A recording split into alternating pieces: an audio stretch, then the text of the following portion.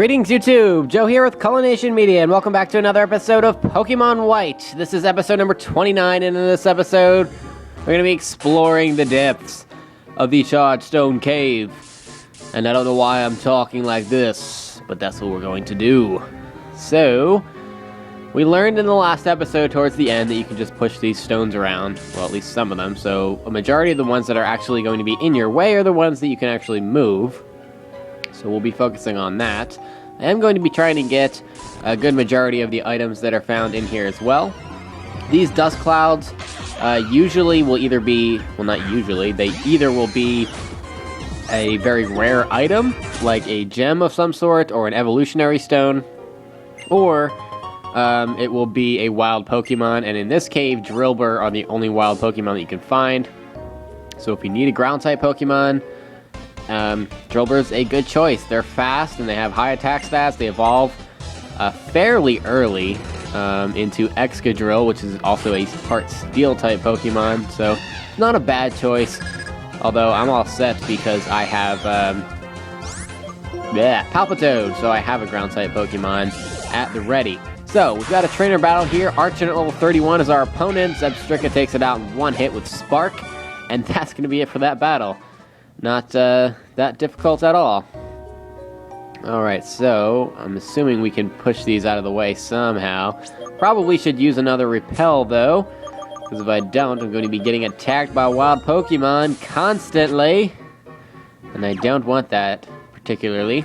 Alright, so we'll push this one to the left, and I'm guessing we can just push this one, no, go over, there we go. We push that one down, and now we can walk over here. And to the right is actually where we need to go, but I want to go this way because there is a trainer battle over here with this scientist, and then there's should also be an item down to the south over there, but we'll check that out after the battle.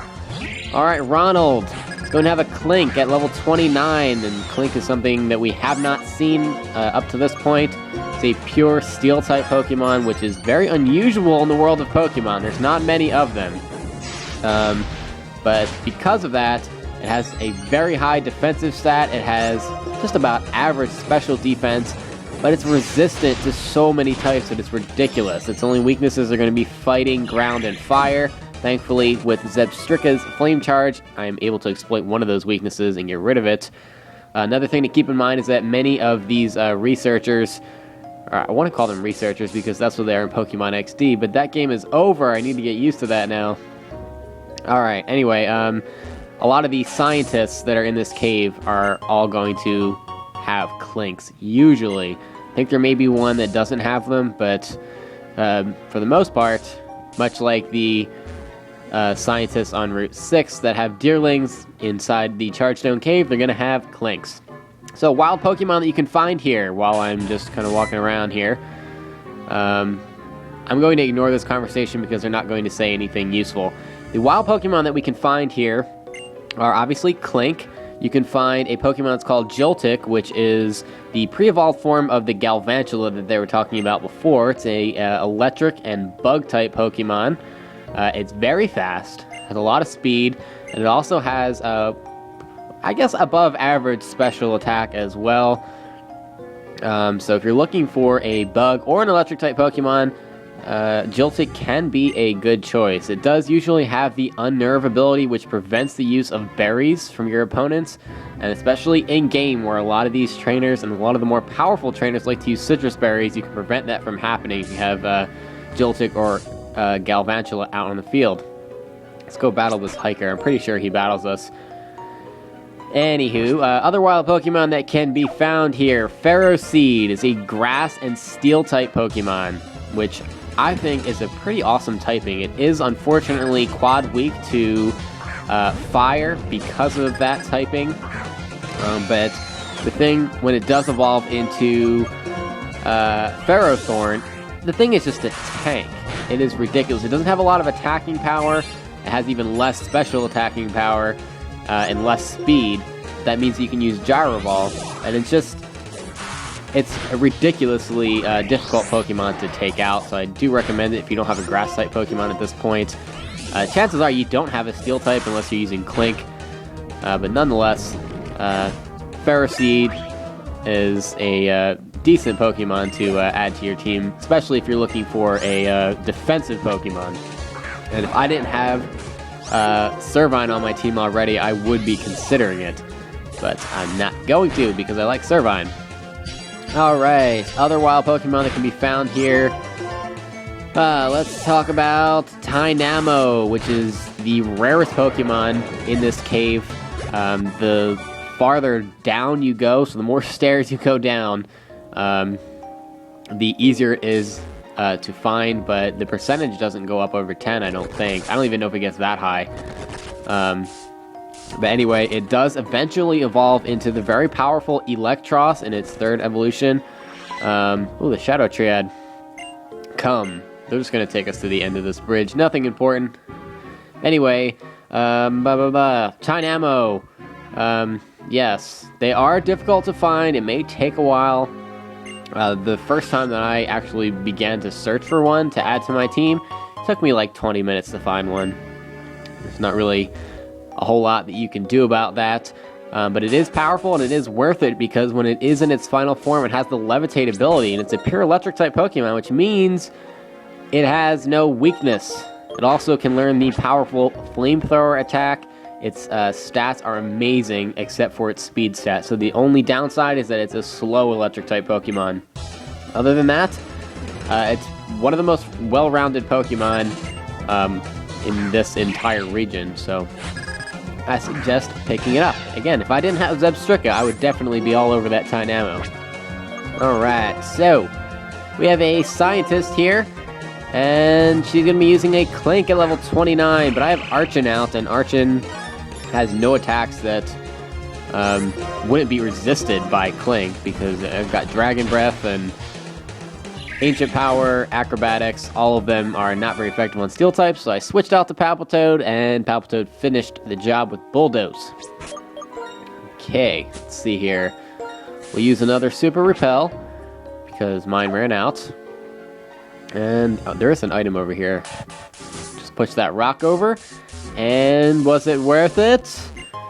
Yes, it was. An iron, which increases defense EVs. So I'm going to use that right now before I forget about it. And we'll give it to Archon because he could definitely use a defensive boost. Especially with that defeatist special ability. Every little bit counts. Alright, let's go down the stairs. And we're almost to Team Plasma, but not quite. Alright, let's talk to these guys. Hi, we're the Nugget Brothers! I am the big brother, and I am the little brother of the Nugget Brothers. Glad you showed up. I want to give you this. So, each of them are going to give you a nugget, so you can sell it for a combined $10,000. That's a lot of money, even in Pokédollars. So that part's cool. I'm going to go to the left here, which is actually not the way that we need to go, but there should be an item up here, I think. I want to say there is. No. It must just be a shortcut to the entrance. Let me see. And I might as well just jump over there and see. I think it's the entrance, is it? Yes, it is. I didn't want to do that because now I can't get back to the front. Oh boy, okay. Well, now I have to go through the whole cave again. Alright, finally, I'm back. I got attacked by 1,000,002 different wild Pokemon. I didn't want to use up my repels because I only had 3 left, so I was conserving them, but it took me forever to get back here, so good thing I cut. Anyway, back at the Nugget Brothers there, you want to go to the north. And there's an item right here, and as you can see at the top of the screen, after we pick up that timer ball, there's going to be some Team Plasma fights. But the first thing you want to do is go around the side. We'll get this. Shiny Stone. It's actually something that's rare to find in those dust clouds.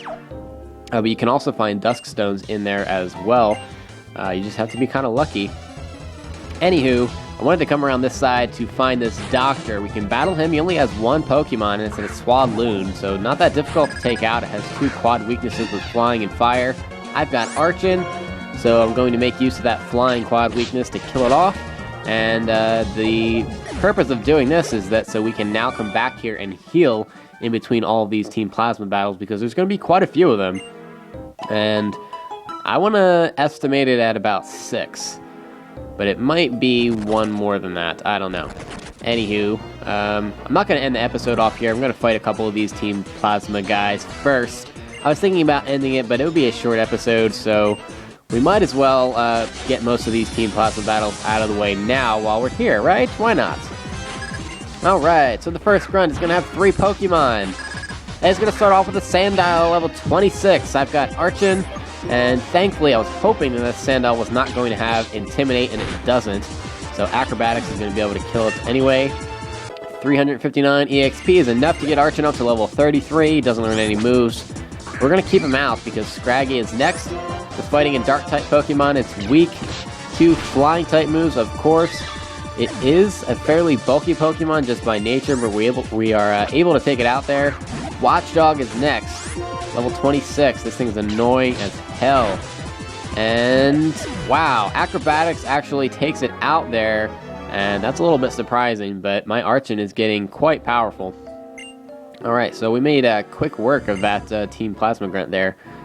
Remember, after you defeat the Doctor, you can just keep going back if you want after every battle, if it really is taking that much of a toll on you.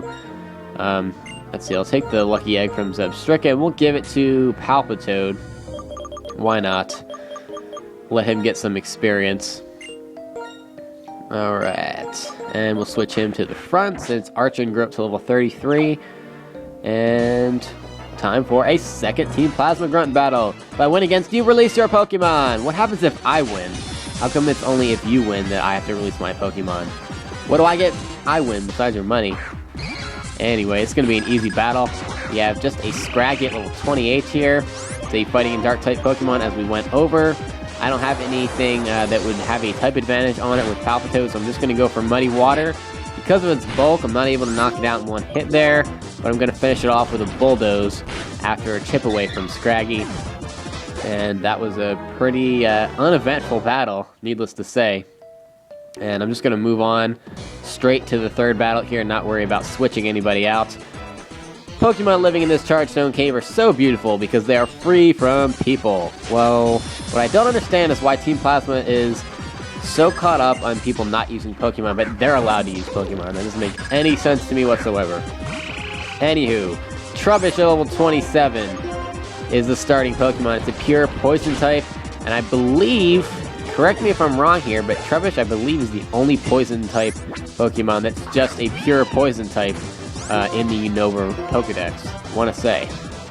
Anyway, Leopard, 27, Dark-type Pokemon. It started off with a Fake Out. So we flinch on the first turn, and then it goes for a Torment, because it is faster than this. Palpitoad's fairly slow to begin with. We went for a Bulldoze there to lower its speed, and now we are faster than it, so we'll hit it with a Muddy Water, and that's enough to take it out. And we do get a good amount of experience from that as well. And now Palpitoad is trying to learn Rain Dance, and I'm not going to teach that to him for a couple of reasons. One, we can teach it to him again later on if I want to via TM, and you can also do it via the Move Relearner that's in Mistralton City. But I'm getting more use out of Aqua Ring at this point than I am, or that I would be out of Rain Dance. Even with Palpitoad having the Swift Swim ability, I don't see it as being something that would be that useful. If I did have an Electric-type Pokemon that was going to be relying on Thunder, or even another Pokemon that had Thunder or Water-type moves or something like Dry Skin, I would definitely consider it, but at this point, Palpitoad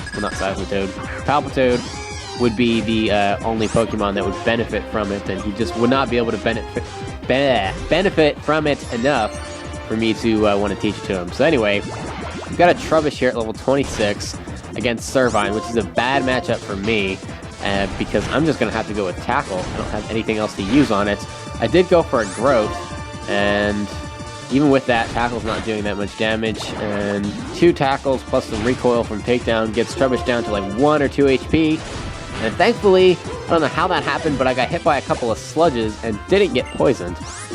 Finally, I'm able to take it out, but another Trubbish is coming out, so I'm going to switch Servine out. Don't want him in the middle of that, and we'll be able to take out this Trubbish in one hit with a Bulldoze. It'll be super effective. Down it goes. Of course, the one time I decide to actually throw Servine into battle first is the one battle that has 3 Trubbishes. Oh, that's my luck.